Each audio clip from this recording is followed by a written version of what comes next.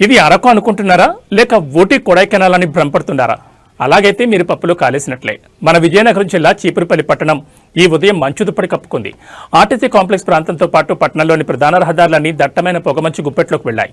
ఉదయం 8:30 గంటలు దాటుతున్నా మంచు తెరలు వేడకపోవడంతో వాహనదారులు తీవ్ర ఇబ్బందులు పడ్డారు. ఎదురుగా వస్తున్న వాహనాలు కూడా కనిపించని పరిస్థితి నెలకొంది.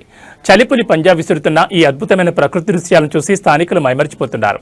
ఉదయాన్నే పనులకు వెళ్లేవారు, విద్యార్థులు ఈ పొగమంచు కారణంగా కొంత అంతరాయం ఎదుర్కొన్నారు.